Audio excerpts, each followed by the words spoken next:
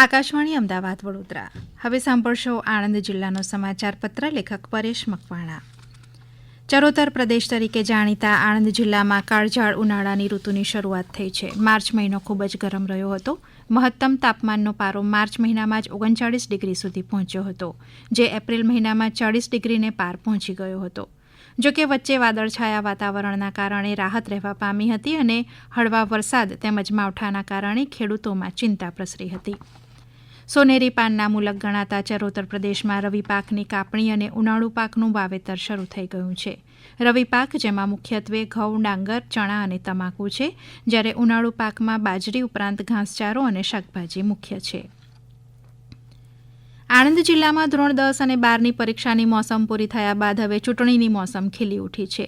ઉમરેઠ વિધાનસભાની પેટા ચૂંટણી માટે 23મી એપ્રિલે મતદાન થશે, જ્યારે સ્થાનિક સ્વરાજની ચૂંટણીઓનું મતદાન 26મી એપ્રિલે યોજાશે, જેમાં નવરચિત કરમસદ આણંદ મહાનગરપાલિકા તેમજ આણંદ જિલ્લાની અન્ય 6 નગરપાલિકાઓ, 8 તાલુકા પંચાયત અને આણંદ જિલ્લા પંચાયતનો સમાવેશ થાય છે.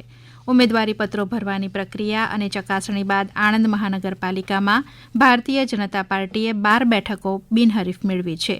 આણંદ જિલ્લા પંચાયતની 3 બેઠક પર પણ ભાજપના ઉમેદવાર બિનહરીફ થયા છે, જ્યારે 6 નગરપાલિકાઓમાં 13 અને 8 તાલુકા પંચાયતમાં 12 ઉમેદવારો બિનહરીફ જાહેર કરાયા છે.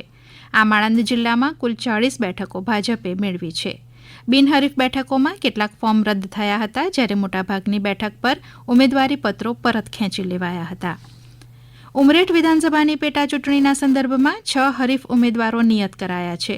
ઉલ્લેખનીય છે કે ઉમરેઠ વિધાનસભાના ધારાસભ્ય ગોવિંદભાઈ પરમારનું આકસ્મિક અવસાન થયા બાદ આ ખાલી બેઠક માટે ચૂંટણી પંચ દ્વારા જાહેર કરવામાં આવેલ કાર્યક્રમ અનુસાર ઉમરેઠ વિધાનસભા બેઠકની પેટા ચૂંટણી 23મી એપ્રિલે મતદાન થશે. ઉમરેઠ વિધાનસભામાં ભાજપ અને કોંગ્રેસના ઉમેદવાર વચ્ચે સીધો જંગ ખેલાશે. ગોવિંદભાઈ પરમારના પુત્ર હર્ષદભાઈ પરમારને ભાજપે સહાનુભૂતિનો લાભ મેળવવા મેદાનમાં ઉતાર્યા છે, જ્યારે કોંગ્રેસે પીઢ અને અનુભવી રાજકારણી ભૃગુરાજસિંહ ચૌહાણને ટિકિટ આપીને જંગને રસાકસીભર્યો બનાવ્યો છે. આણંદ જિલ્લામાં વિતેલા દિવસો દરમિયાન મુસ્લિમ બિરાદરો દ્વારા પવિત્ર રમજાન માસની ઇબાદત શાંતિપૂર્ણ માહોલમાં કરવામાં આવી હતી અને રમજાન ઈદની ઉજવણી ઉત્સાહભેર સંપન્ન થઈ હતી. મસ્જિદ અને ઈદગાહમાં રમજાનની ઈદની ખાસ નમાજ અદા કરવામાં આવી હતી. જિલ્લામાં વસતા ખ્રિસ્તી બંધુઓ દ્વારા ખ્રિસ્તી ધર્મના સ્થાપક પ્રભુ ઈસુના બલિદાન દિવસ ગુડ ફ્રાઇડે તેમજ 40 દિવસનું પાસ્ખા પર્વ મનાવાયું હતું, જ્યારે ગુડ ફ્રાઇડે પછીના રવિવારે ઇસ્ટર સન્ડે એટલે કે પ્રભુ ઈસુના સજીવન થવાના દિવસને આનંદ અને ઉત્સાહપૂર્વક ઉજવણી કરી દેવળમાં પ્રાર્થના સહિતના કાર્યક્રમોનું આયોજન કરાયું હતું.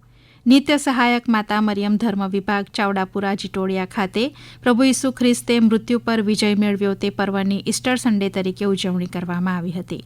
પવિત્ર શનિવારની રાત્રિએ પવિત્ર માતા મરિયમને દિલાસાની પ્રાર્થના, પાસ્ખા જાગરણ અને ખ્રિસ્ત યજ્ઞ ફાધર જીમી ડાભીએ અર્પણ કર્યો હતો.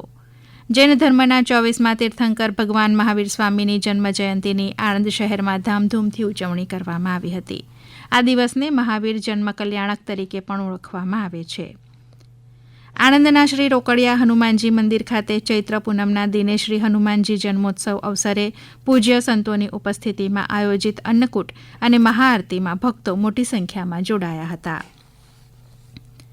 Gujarat cooperative milk marketing federation limited GCMMF અમૂલે વધુ એક ઐતિહાસિક સિદ્ધિ હાંસલ કરી છે. નાણાકીય વર્ષ 2025-26માં અમૂલ બ્રાન્ડનું કુલ ટર્નઓવર 1 લાખ કરોડ રૂપિયાને પાર કરી ગયું છે.